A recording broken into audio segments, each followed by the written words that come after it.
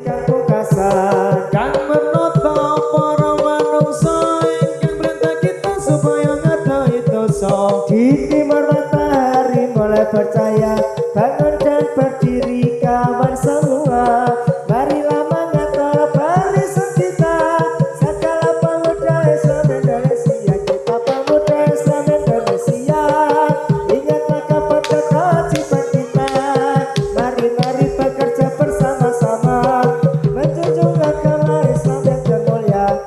Dengan sungguh kami mencari ilmunya supaya bisa unggul derajatnya di dalam dunia dan akhiratnya. Mudah-mudahan bisa masuk surga. Wajib yang kita baca Islam itu kudu sing sregep panggone sinau. Awet kang tinggi aku bisa mengerti Allah pangeran ya Allah bakti. Di timur matahari mulai berjaya, bangun dan berdiri kawan semua. Marilah mengatur barisan kita segala pemuda Islam Indonesia. Pemuda Islam Indonesia, Indonesia, ingatlah kepada kewajiban kita. Mari bekerja bersama-sama menjunjung agama Islam yang termulia. Dengan sungguh kami mencari ilmunya supaya bisa unggul derajatnya di dalam dunia dan akhiratnya. Mudah-mudahan bisa masuk surga. Ini negeri namanya Jawi, kalau kami nama Islami.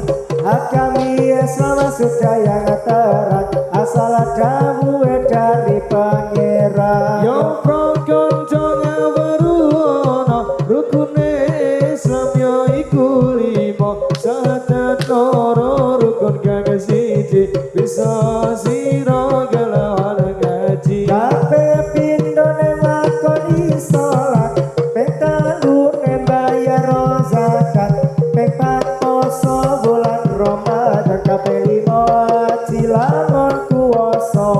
Ayo para kanca enggal padha aku boyo kanggo belani agama Islam kang ganti luwe mulya akhirat kejaba saka agama. Mila kita enggal padha angupaya yen ra kersa kita bakal uga kena coba-cobane manungsa ya iku bakal tumiba, nanging kita ora ngerti yen bakal tumiba. Ini negeri namanya Jawi, kalau agami nama Islami, agami Islam sudah yang keterang, seldawu dari pangeran. Nyuwun kula ing Allah kasih patoman, pejah kula mugi Allah paring tilang, salebare zakat lan terus pati, nuli pondok ning kuburan jur takoni. Aranipun ditakon mungkar lan nakir, lamun wong oleh iman ingkang zikir, lamun wong ulung kang sampurna, mongko nuli amal bagus iku teka. Lana baguse ngumpuli para piyai, kuburane dina-dina tere kaputi, kuburane manana jandelane, bisa padang kasorotan suaragane. Lamun wong ditakoni megah-megah, para takoni malah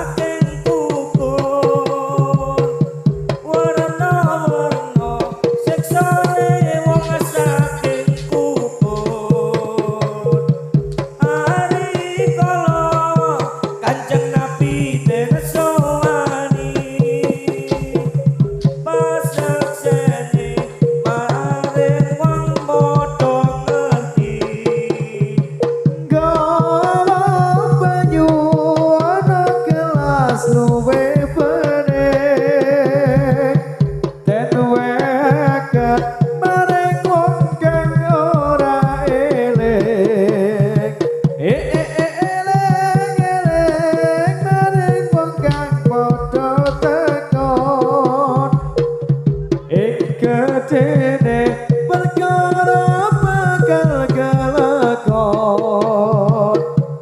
rukun iman iku nada warnane iman marang Allah iku sepisane kaping pindho iman marang malaikat kaping telu iman marang kita kaping papat iman marang para nabi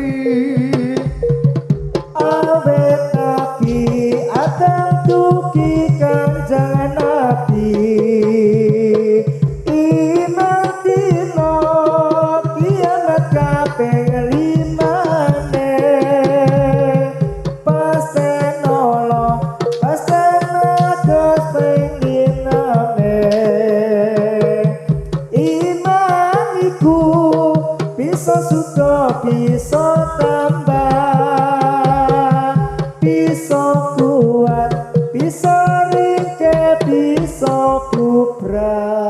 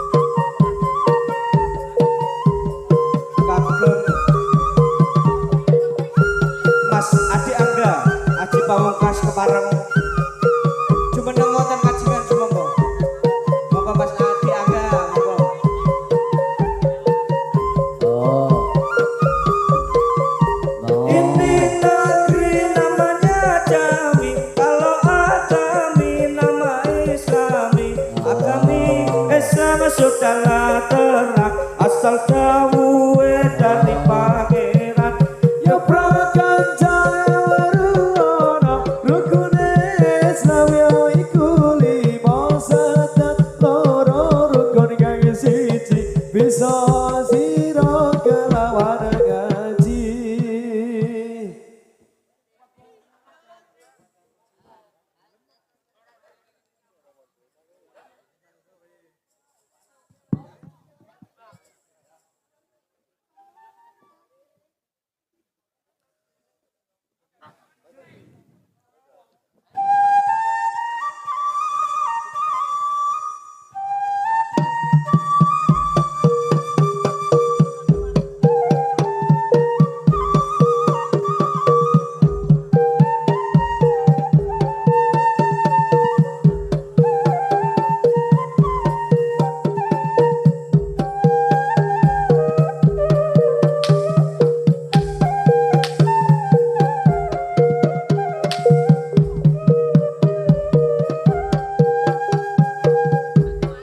Awan-awan yo mas mundoi bayo ora kuat yo mas gawa kacange ora seneng yo mas rapi wong marung ora kuat nyangga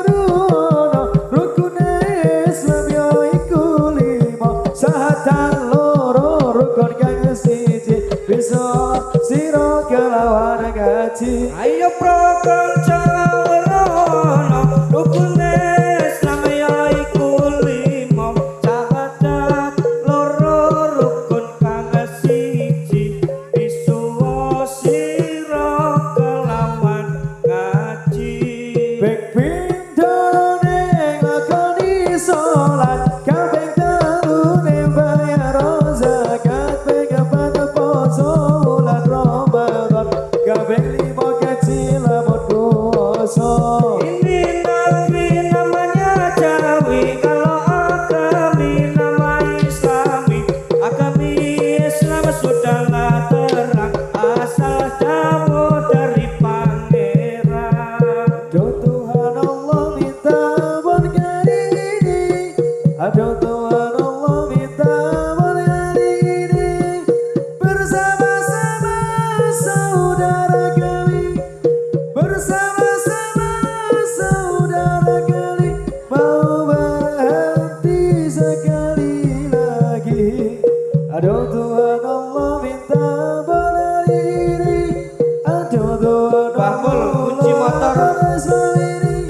panggilan kagem Bapak Mulyadi kunci motornya wau teng pundi Mbak perkumpulan ini astagfirullahaladzim.